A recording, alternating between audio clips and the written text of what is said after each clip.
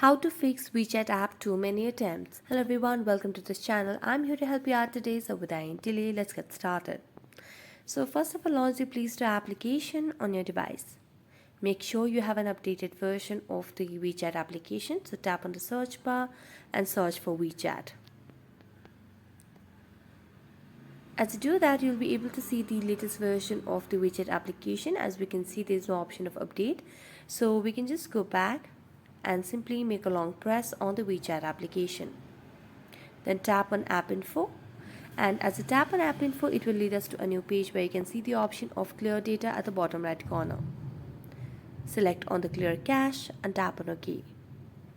Now you can just launch the WeChat application. Make sure that you have your login credentials correct so that you do not have to make more attempts.